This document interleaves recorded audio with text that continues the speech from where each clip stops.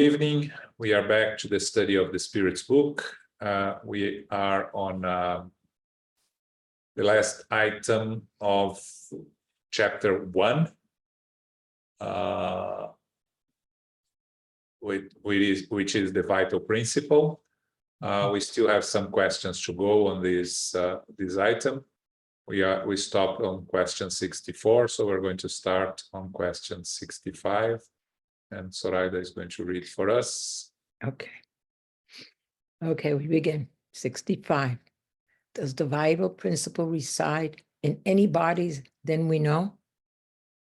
Its source is the universal fluid, which is what you call the magnetic or electrical fluid, only animalized.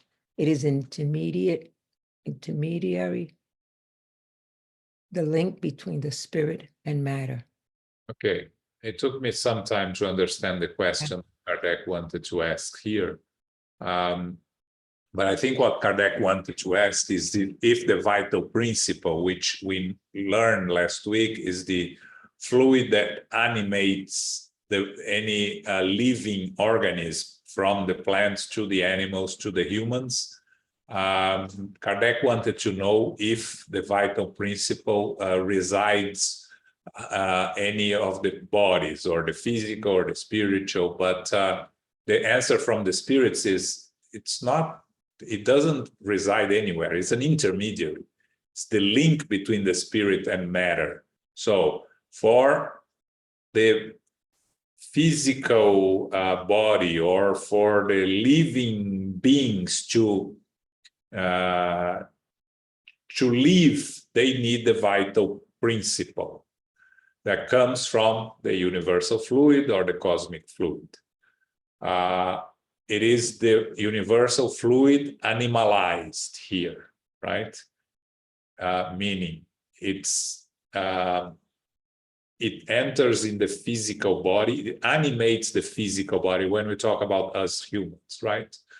When we are born, we receive an amount of vital principle that will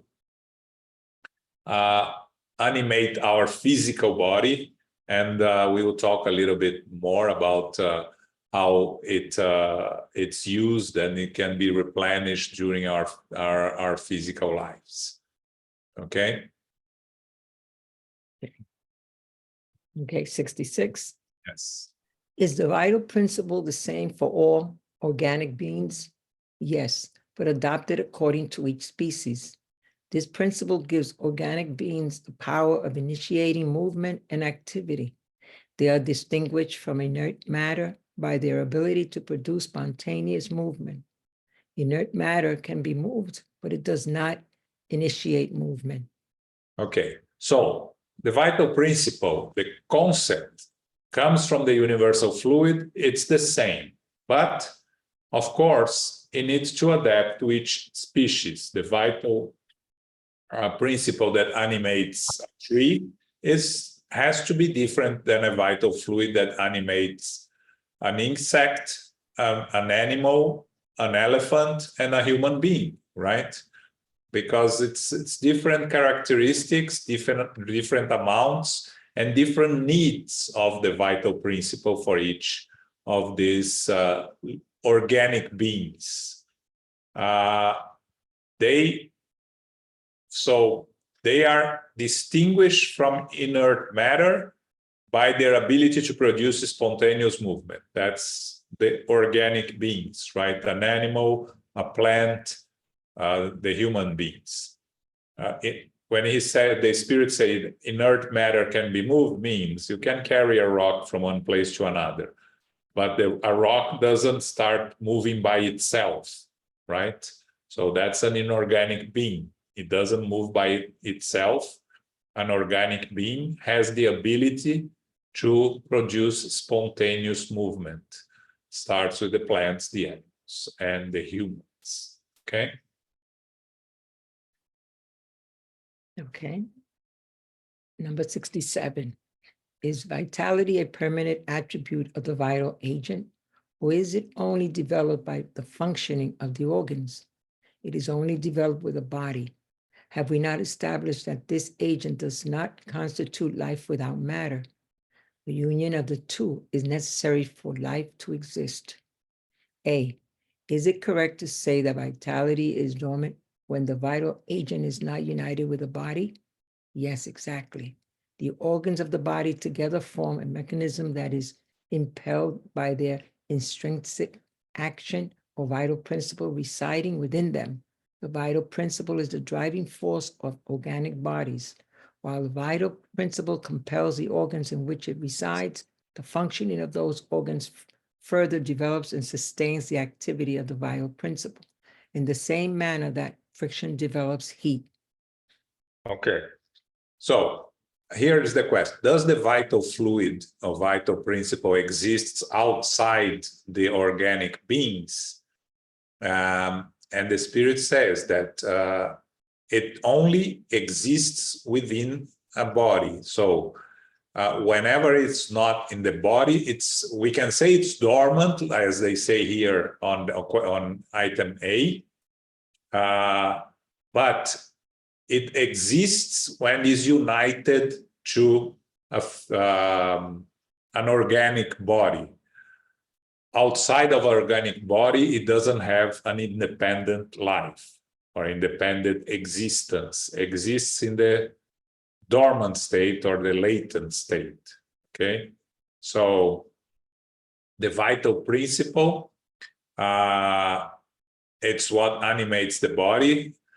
Kardec says here, the organs of the body together form a mechanism that is impelled by the intrinsic action or vital principle residing within them. So without the vital principle, the organic body cannot function. When the vital principle extinguishes in an organic body, the organic body no longer lives. It's dead. Again, you can die with the vital fluid or vital principle still existing in you, sometimes in even bigger quantities, right? When you die young in an accident, you are full of vital principle that is dispersed by the spirits back into the universal fluid, as the same way that our physical body, like we're going to see in the next item, life and death, our physical body goes back to nature, the vital fluid goes back to the universal fluid. If you remember the movie Ghost, right? Very long time ago. Movie now has probably like 40 years, right? The bad guy, when he dies, you see all the bad spirits going after him and taking away to some place. What these spirits really want is the vital fluid. Because they miss the vital fluid because they don't have a physical body any longer. So they have this, besides grabbing the spirit, they take the opportunity to absorb these vital fluids because it gives them some sense of fulfillment, right?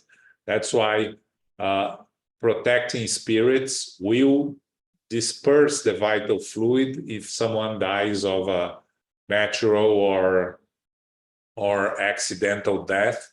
There is vital fluid left and the person doesn't deserve to be attacked or influenced by less evolved spirits, right? According to their vibrational level.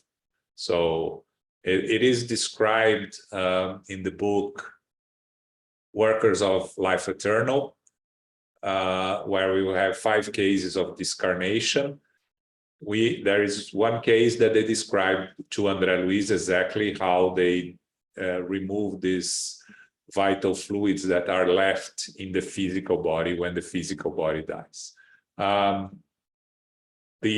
When a person dies of an old age with nothing, sometimes you see the doctor saying what's the reason of death is the the failing of total failure of organs, right? It's basically the extinction of the vital principle or vital fluid that makes that person that has no other thing specifically to die. Old people normally, or people that are very sick, the vital fluid starts to be eliminated until it extinguishes itself and the physical body dies. Okay, but we're going to talk about life and death now here in the next chapter. Okay, any questions here? Okay, life and death. Okay. Life and death. 68. What causes the death of organic beings? The exhaustion of their organs. A, would it be correct to compare death to the end of movement in a broken machine? Yes, when a machine is out of order, it stops working. When the body becomes ill, life withdraws from it. Okay, so again, we're back in 1857. Death of the organic beings is the exhaustion of their organs. They stop working because there is no more vital fluid left, or it's too old. And then he compares to a broken machine. When a machine breaks, it stops working. When the body becomes ill, life withdraws from it. Now, some comments here. We mentioned this before, but let's reinforce the notion. Death of the physical body and discarnation are not the same thing. Okay? Death of the physical body is what we are talking about here, right? When the physical body stops working. Discarnation is the separation of the spiritual body from the physical body. They happen around the same time. It's not that the physical body dies and the spiritual body stays connected for years. That doesn't happen. But there is a period of up to 72 hours until this separation can take up to 72 hours until the separation is complete. Again, can take someone that is very old and is already, half here, half there. It doesn't take 72 hours because the links are very weak. So to separate the remaining links can be done in a couple of hours, not much. If someone is full of energy and, and something happens and the physical body stops working because of a problem, let's say a brain aneurysm or something like that, that the body is full of energy, the separation of the perispirit and the physical body can take up to 72 hours. The death of the physical body, again, can happen at a different time. Can the opposite happen also? The separation, the discarnation happens before the death of the physical body? Yes. If a spirit, let's say a more evolved spirit, when it's their time to go, they can be disconnected from the physical body while the physical body is still in the process of dying, let's say, right? I will say something and now it disappeared. Death of the physical body.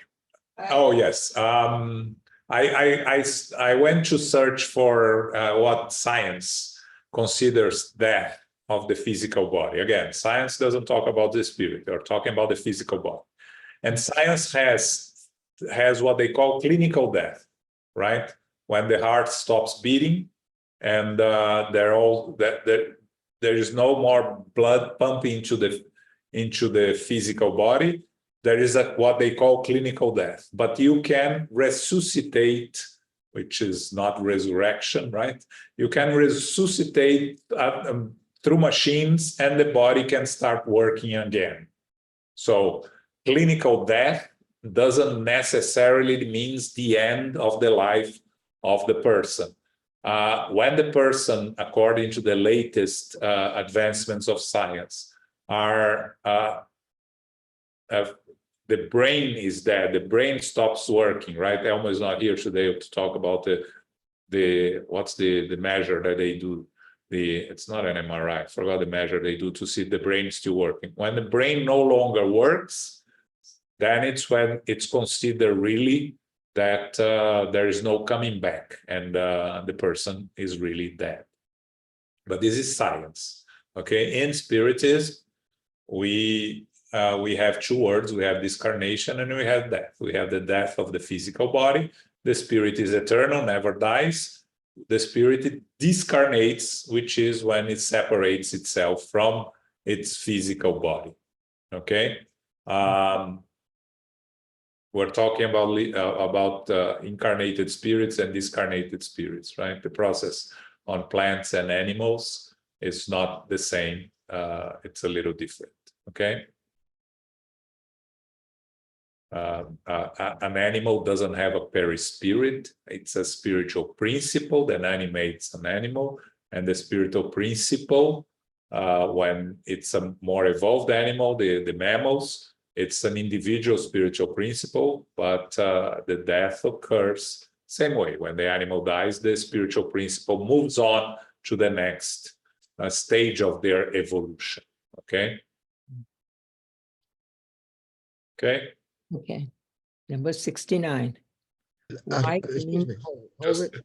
Yeah, Pause. let me ask a question. So the vital principle stops with the physical death in the body, but it never stops in the perispirit. There is no vital principle in the perispirit. There's no vital principle in the perispirit? No. The vital principle is what animates the physical body. For the physical body to work, it needs a vital principle. So the spirit acts through the perispirit on the physical body, and the physical body exists. And what animates it is the vital principle. Okay, the perispirit doesn't have vital principle. Or doesn't have a vital principle? No, the vital principle is for organic beings to function. It's the component that makes organic beings function. But isn't the perispirit matter? It's matter, but it's not organic being. The rock is matter also, it's not organic. It's inorganic. So different concepts here, right? Everything comes from the universal fluid. The Yes. spirit is matter, but the perispirit doesn't need vital principle or vital fluid to animate it. The vital principle serves only The body. organic beings on Earth. Hmm. In the human being is the body itself, the physical body. Yeah. Yes. So the perispirit is sort of by itself, but the perispirit is also another emanation of the cosmic fluid. It's also an emanation from the cosmic fluid that is formed by our mental, what is called the mental body, which is our thought process. We create our perispirit consciously or unconsciously according to who we think we are. And that doesn't need universal principle to function. No. If a vital principle is for organic beings. Okay, so the spirit actually creates the perispirit from the cosmic fluid. Yes, Okay. but it doesn't use vital principle. No, it comes from the cosmic spirit, and then later on, it joins the body itself. Yes, when the spirit is animating the physical body, it needs a vital fluid. So there are three emanations from the cosmic fluid. Yes, they all come from the cosmic fluid, but they're different. They're different manifestations of the cosmic fluid. Okay. Okay. Yeah. Because okay. Everything that is not the spirit or spiritual principle comes from the cosmic fluid, from the universal fluid. Our thought comes from the universal fluid. Exactly. And the spirit creates all those things from the cosmic. The perispirit is created by the spirit from the cosmic fluid. Yes. So we have three things coming from the cosmic fluid. The vital principle. Well, it's not that we have. The vital is part of our physical body, right? It's let's say it's the energy that animates the physical body.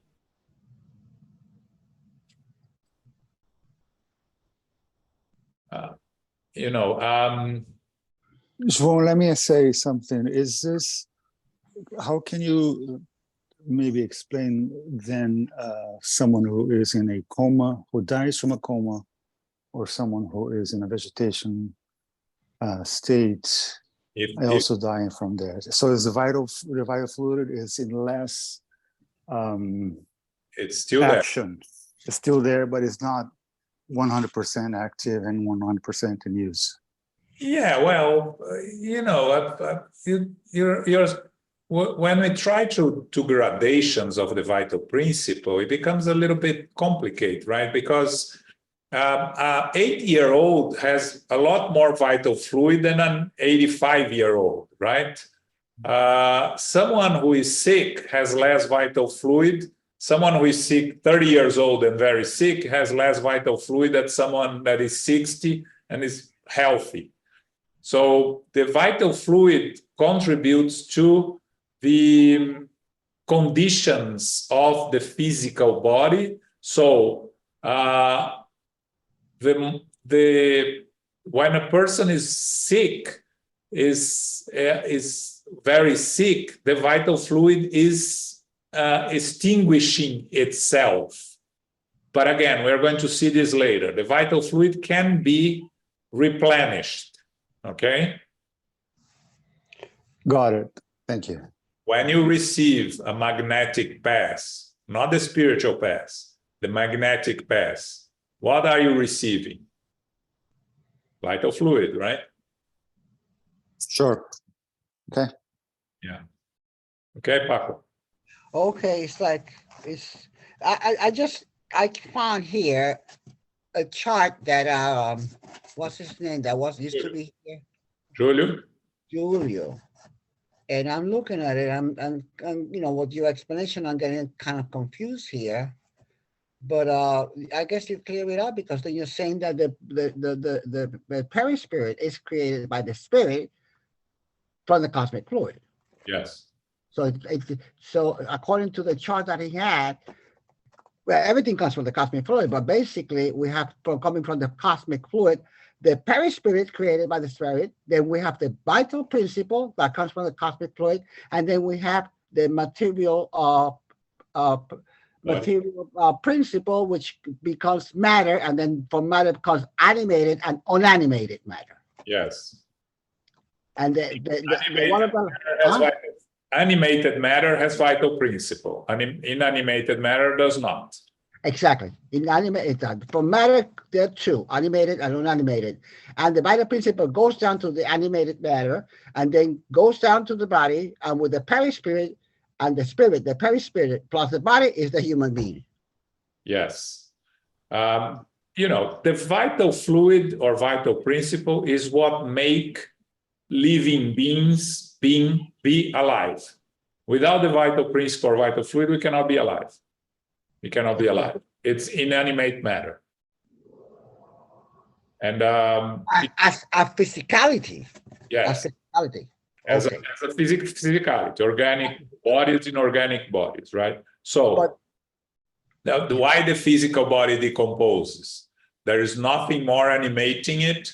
So it goes back to nature, it decomposes, and it decomposes in what it's composed of, the materials that belong to the planet that is incarnated, right? We're going to talk a little bit more about that later, but that's what remains upon death is the intelligence, the spirit itself, and the perispirit. Yes, exactly. Which is not in physicality. Exactly. Yes. Okay, 69.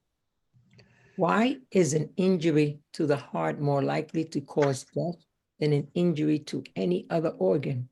The heart is a vital organ that keeps your body running. An injury to the heart is not the only type of injury that can cause death. It is just one of the gears essential to the smooth operation of the machine. Okay, well, the heart is the one that pumps blood throughout the body, that cleans the blood and resends to the body. If the heart stops, there is no activity on the physical body anymore. The physical body cannot survive without the heart working. Again, at the time of Kardec, still science was in the very early understanding of the whole concept of how the physical body works. But nowadays, we know we can live with an artificial heart, we can live with the heart of another person. So the heart itself can be replaced by other types. We're still developing the process. Heart transplant is something that is 50 years.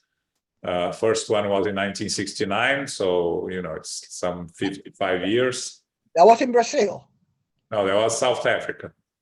South Africa? Okay. South Africa, yeah. Dr. Christian Barnard did the first heart. I remember that.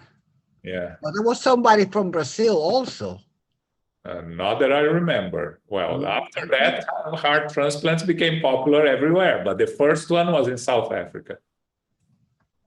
But there's somebody from Brazil too. Anyway, let me go back. I don't remember. Brazil is famous for plastic surgery, as far as I know, not for heart transplants, but I don't know. Really? Okay. Yeah. So the heart, and again, at the time of Kardec, when the heart stopped, there was the physical body was considered to be dead, and that comes from a very long time, and we're actually talking about lethargy here a little bit. Everything stops and the physical body looks dead, but it's not. There is a state that the physical body is not dead, which is called lethargy, and there is another one called catalepsy. But nowadays, with all the machines and the ability to measure the activity, the brain activity, we consider that the human being is no longer alive when there is no more brain activity. And actually, like I always say, you can keep a physical body working without, for a very long time, pumping the heart, pumping the lungs, artificially making the heart beat and everything. But if there is no brain activity, there is no coming back for that individual. So again, this is the medical knowledge that we have nowadays. Can we continue evolving? Well, for sure we can. Maybe we'll find some more accurate measures of when the physical body is dead according to medicine, according to spirits. And if you read Workers of Life Eternal, you see we spirits see the separation of the perispirit and the physical body. And then once the separation is complete, there is no coming back also. Someone asked me about Lazarus, right, this week, that according to the Bible, Jesus resuscitated Lazarus. Jesus did not resuscitate Lazarus. Lazarus was not dead. He was in a state of lethargy. So what Jesus, being a perfect spirit, could see that Lazarus was not dead. Otherwise, not even Jesus could resuscitate it. And if people question this, the answer could be, well, if he resuscitated Lazarus, and it is resuscitation, why didn't he resuscitate others, right? Why he did, there are two more cases, the daughter of Jairus and another one that I don't remember. But these are all people that were not really dead, and Jesus could see that they were in states of of the physical body not function, but not completely dead. Nowadays, with medicine, we have ways of measuring it much more efficiently. Okay. Okay. Danny. So, Jesus had the ability to heal, right? With his vital fluid, With, yes, magnetic fluid, yes. magnetic fluid. So, is that a characteristic of perfect spirits then, having this magnetic fluid that heals? I Ish. can imagine so, because a perfect spirit has all the knowledge necessary for a planet like ours, right? Jesus had all the knowledge, but not even Jesus could heal everybody, because some people, when you have to go through the disease for karmic reasons, you have to go through it. I recently watched Zé Arigó movie, this famous medium, the physical effects, the healer in Brazil that lived in the 50s and 60s. And it's interesting that he says in the middle of the movie, I cannot heal everybody. Some people cannot be healed. If it's their destiny, he says. He didn't know exactly why, but he said, if it's their destiny, it's their destiny. And we know in Spiritism that if you have to go through an experience, then you have to go through it. Not even a healing medium or a Jesus can cure you. Can he? Yes, he can.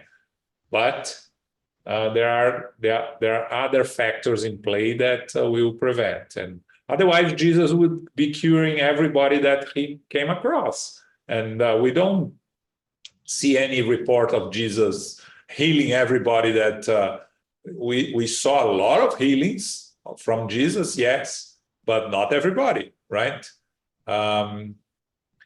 We have very little information about Jesus' father, right? Some people say that he died before Jesus, but we don't have many information. But you can think, if the Jesus father died when he was alive, why didn't Jesus resuscitated him or healed him? Because even Jesus knew there was his time, right? So everything goes according. There is a general plan, and again, we can change our destiny by our own actions. We can improve our ability to overcome these diseases and these problems with our own actions. But some things we have to go through. It's part of our karmic need. Okay. So when you were talking about the vital fluid that can be less or more depending on how the health of the person is at the moment. Yes. So I was thinking about the body is the tank and the vital fluid is the gas. The fuel, yes. Fuel, right? So it goes up and down. It can change. Yes. According to our how the body is sick or not sick. So just for clarification, the passes we give at SGNY are the magnetic or the spiritual? Both. So what's the difference then, like the spiritual passes when we don't have someone doing the physical movement and being the mediator? No, the spiritual, the passes that we give are spiritual passes mostly, right? So the spirits are the ones providing the treatment for what you need.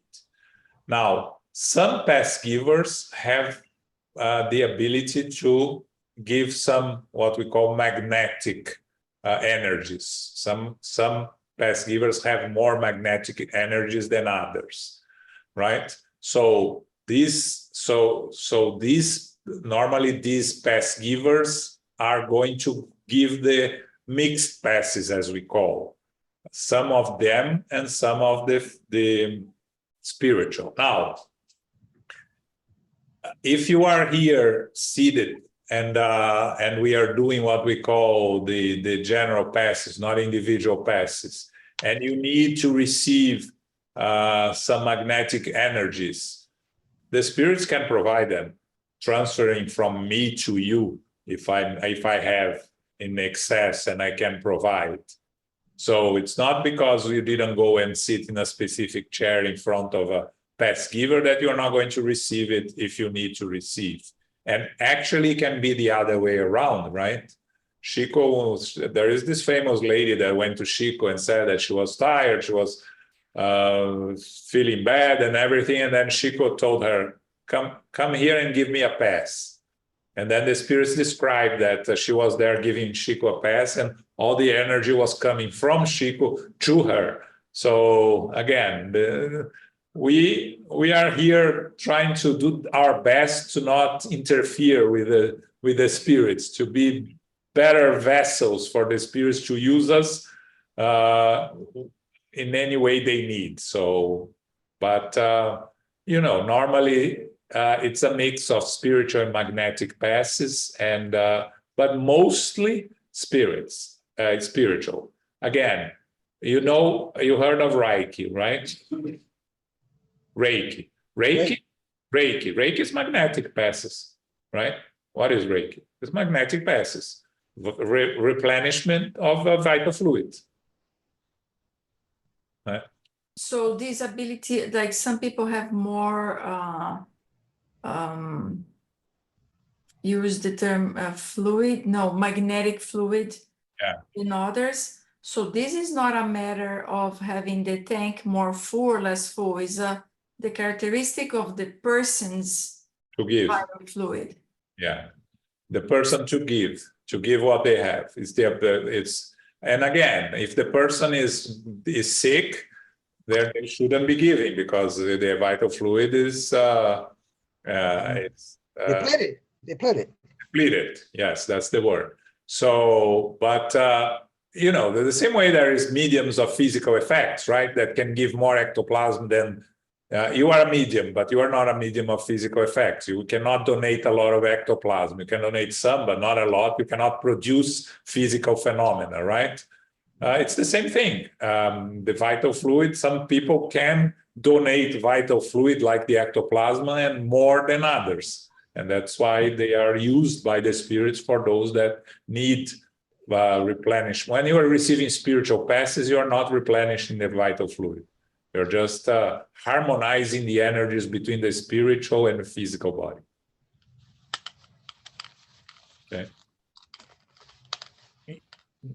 Okay. Number 70. What happens to the matter? What happens to the matter and the vital principle of organic beings after their death? Inert matter decomposes and is used to form other bodies. The vital principle returns to the general mass. When the elements making up the organic being die, they blend in such a manner to form new beings, which in turn draw the principle of life and activity from the universal source. They absorb it and then restore it to that same source when they die. The organs, so to speak, are impregnated with the vital fluid, which enables all the body's components to actively communicate with one another when certain injuries occur and to restore functions that have been temporarily suspended. However, when the elements essential to the functioning of the body have been destroyed or too severely injured, the vital fluid is unable to restore movement that constitutes life and the being dies. The organs react more or less powerfully upon one another, and their mutual action results from their harmony.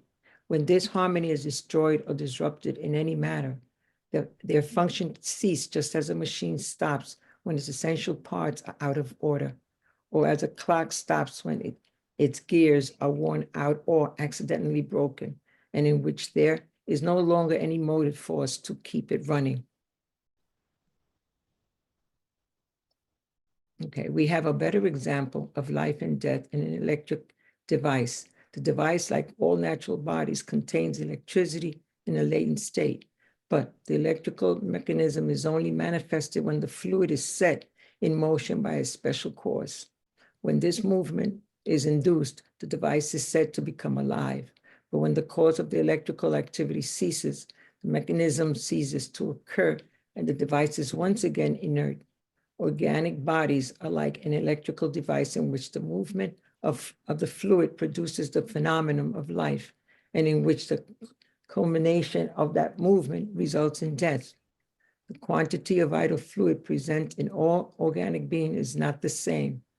It varies in the different species of living beings and is not always the same in the same individual or individuals of the same species. Some may be saturated with it, while others have only very small quantities. Consequently, certain species have a more active and persistent life, but to the abundance of vital fluid present in their bodies.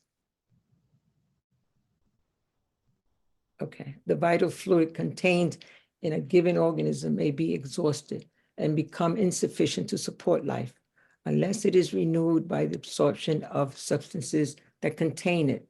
The vital fluid may be transferred from one individual to another. For those who possess corporeous amounts, it may be given to someone else who is deficient. In certain cases, this may rekindle the vital flame when on the verge of being snuffed out. Okay. So there's a short question and answer and then a long explanation by Kardec, right? What happens to the matter and vital principle of organic beings after their death? So matter decomposes, inert matter decomposes and goes back to nature. It can be used to form other bodies, can be, in the extreme of decomposition, goes back to the original organic elements, right? Oxygen, hydrogen, carbon. Most of our bodies is carbon also. And the vital principle, as we mentioned before, returns to the cosmic fluid, the general mass. Now, and then Kardec talks a little bit about the vital fluid, right? Or the vital principle. Compares to a machine that when everything is working fine, the vital fluid makes everything work. However, when some part does not work, the vital fluid has no ability to make it work. Again, if we have vital fluid, but we have an accident and we injured a vital part of our physical body, let's say we cut the vein that I don't remember the vein in the leg that we bleed out very quickly. The vital fluid cannot sustain the physical body, and it goes out very quickly also when the physical body dies. And then he talks about compared to electric device, right? When the electricity stops running through it, it stops working. When there is electricity running through it, goes back to work. It's not, the physical body is not like that because you cannot stop and then restart. Once it's dead, it ends. But then it talks about the concept of the quantity of vital fluid, and it is important, something we haven't spoken before. When you are born, you come with an amount of vital fluid sufficient for your life expectancy. So if you are supposed to live 50 years, you're going to come with a vital fluid for 55, 60 years, right? Always a little bit more than what your life expectancy. But that can be replenished through vital fluids from other people, or even from the spirits, which it was the case, for instance, of Chico Xavier, right? That according to what we read, he was supposed to die 20 years before he died, and the spirits provided enough vital fluid for him to live another 20 years. We spoke about the transfer of vital fluid from one physical body to the other, right? That Kardec talks here, that may be transferred from one individual to another some possess more, and they can give to others. And that's, you know, if you go outside Spiritism, you see it started with Mesmer and magnetism, right? What was magnetism that Mesmer studies? Is the energy, and he learned that it can be transferred from one person to another, and that's where Kardec also became interested and went to study magnetism, and then he moved to Spiritism. So a lot of people say that magnetism is still a part of Spiritism, and actually Kardec moved from magnetism to Spiritism. Spiritism has a lot more to offer than just magnetism, but magnetism is part of our energies that we carry as a result of the vital fluid that we all carry, and some of us are able to pass to others more or less quantities according to their needs and according to our abilities to do that, right? We talk about Reiki, and Reiki is exactly that. It's the transference of vital fluid in treating a person. Doesn't mean that everybody that practices Reiki has this ability. You know, you may have more or less vital fluid to give, but we all have some that if we learn how to use it to help others, we can use it in a more efficient way. Okay. Oh, let me see if I understood this well. Let me interrupt you. So we do come with X amount of vital fluid that can be increased or decreased according to circumstances. Yes, Am I correct?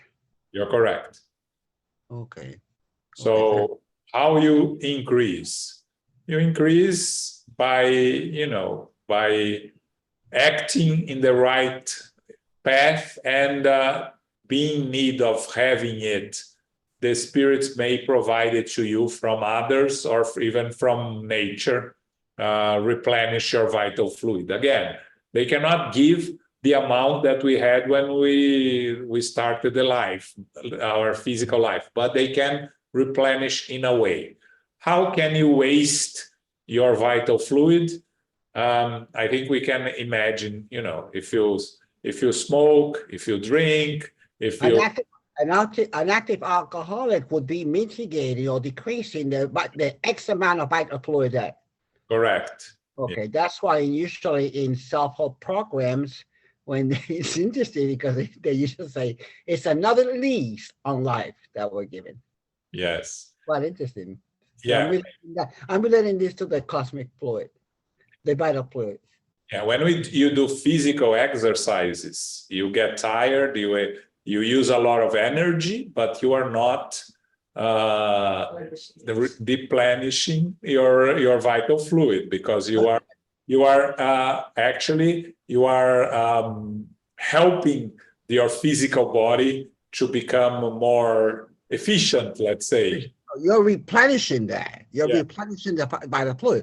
But when you're active alcoholic, you're depleting the vital fluid. Yes, or smoking, Or smoker or living a stressful life, right? If you live a life full of stress and you don't pause the life to regain your energies, you know, we think about energies, right? And it's not exactly the same, but of course, you are living a stressful life, sleeping bad and focusing, worrying too much, you are deplenishing your vital fluid. Okay. that's good. Thank you. Okay. You know, last item is intelligence and instinct, and I think I'm going to leave for next week because these are very interesting subjects for us. It deserves a full class. We can talk a little bit about the intelligence and instinct, and we have also the autonomic functions that we have to add there, right? Yeah. So I remember. Okay.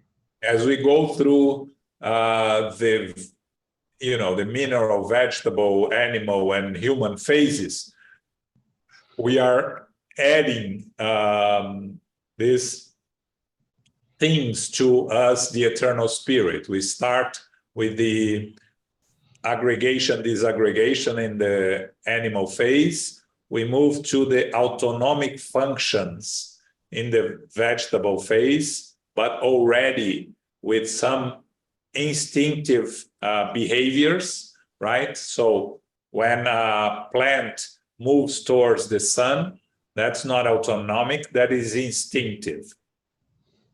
It's basic instincts. Then we move to the animal phase when we develop the instincts much more. And when the last stage of the animal, the more evolved animals, the mammals, you start to develop rudimentary intelligence. They can learn things and use the things they learn. You cannot teach a cockroach to do something.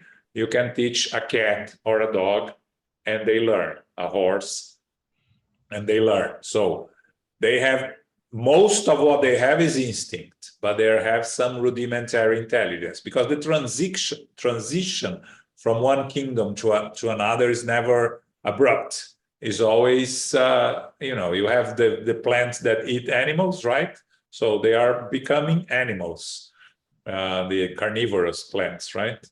And actually from the mineral to vegetable, you have some